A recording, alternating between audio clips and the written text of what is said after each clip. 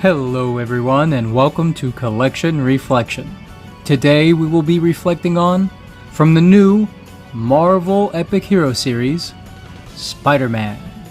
And let's start by looking at his packaging.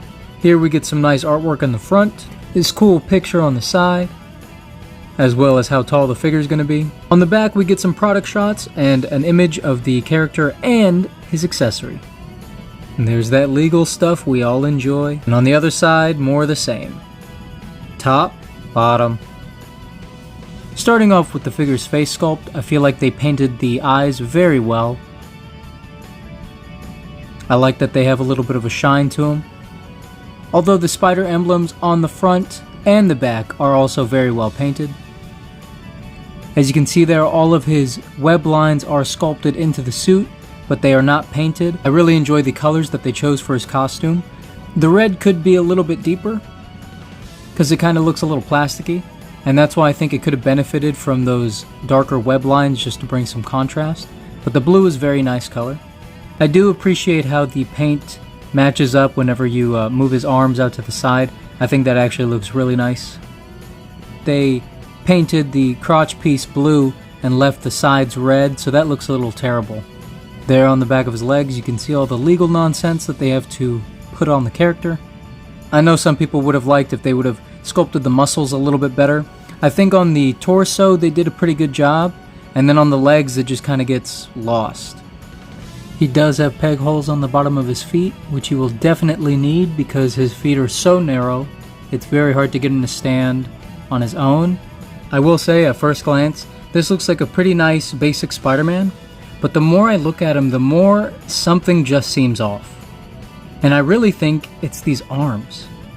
Not only did they come very loose in the packaging, but they also look proportionally incorrect. His arms look so small compared to the rest of his body. It makes sense why he doesn't have pockets, because he wouldn't be able to even reach them with his tiny little arms. Just to compare them really quickly, let's bring in the Captain America from the same line. They're about the same height, but you could see Captain America's arms are much longer. But let me know in the comments down below, am I crazy? Are his arms proportional to his body? This character has been known to be a teenager all the way up into a full adult, so maybe they're just trying to say he's a little younger and a little underdeveloped, but these arms just don't seem correct for me. He has the strength proportional to a spider, and the arms proportional to a T-Rex. But enough about his sculpt. Let's check out his articulation. He has a ball joint at the head that can give him 360. He can look up barely, look down almost none at all, and practically no tilt. Loose shoulders can go 360, and they can go out to 90. Rotation at the elbow, and they can bend to 90.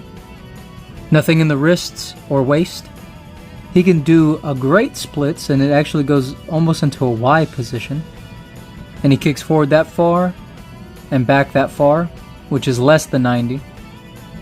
He's also got single jointed knees, and they rotate.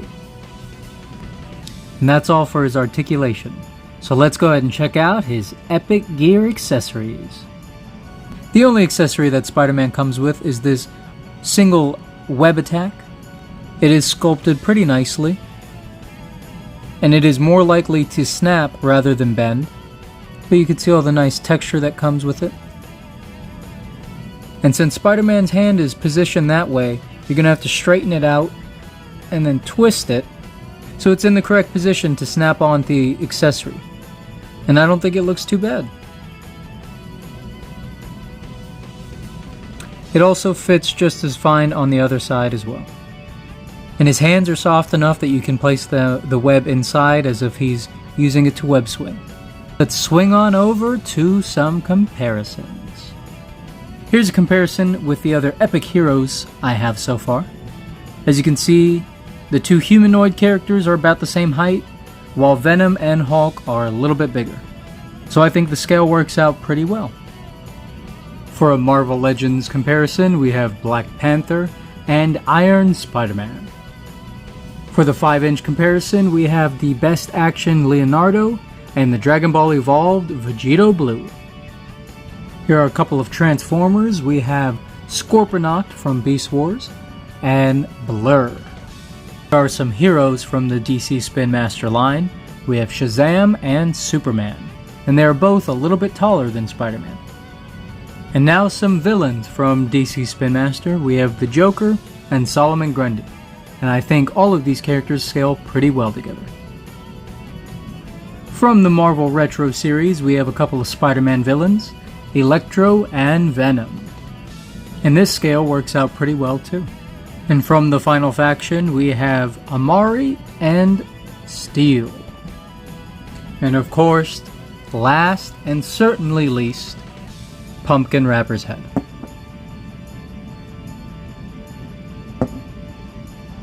That's most of Spider-Man's body.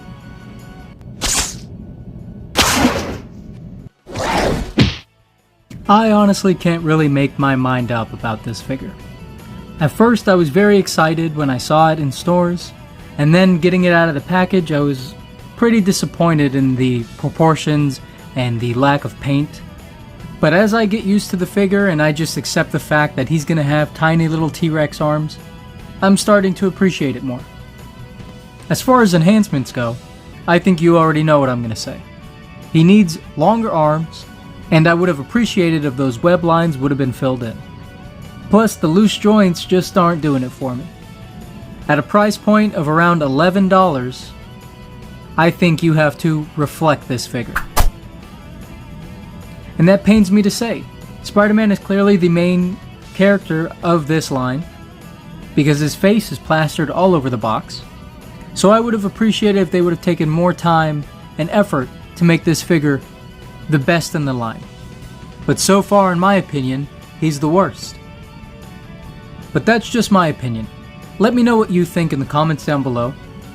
If you're interested in purchasing this figure and you can't seem to find them in stores, I'll leave a link in the description down below so you can buy them online. If you enjoy my content, or you want to see some more reviews of this epic hero series, make sure you subscribe to my channel, and let me know which figures you'd like to see me review next. I hope you all find some time in your day to have a nice chuckle, and please, try to be kind to somebody, because it could really change their life. I'll talk to you next time.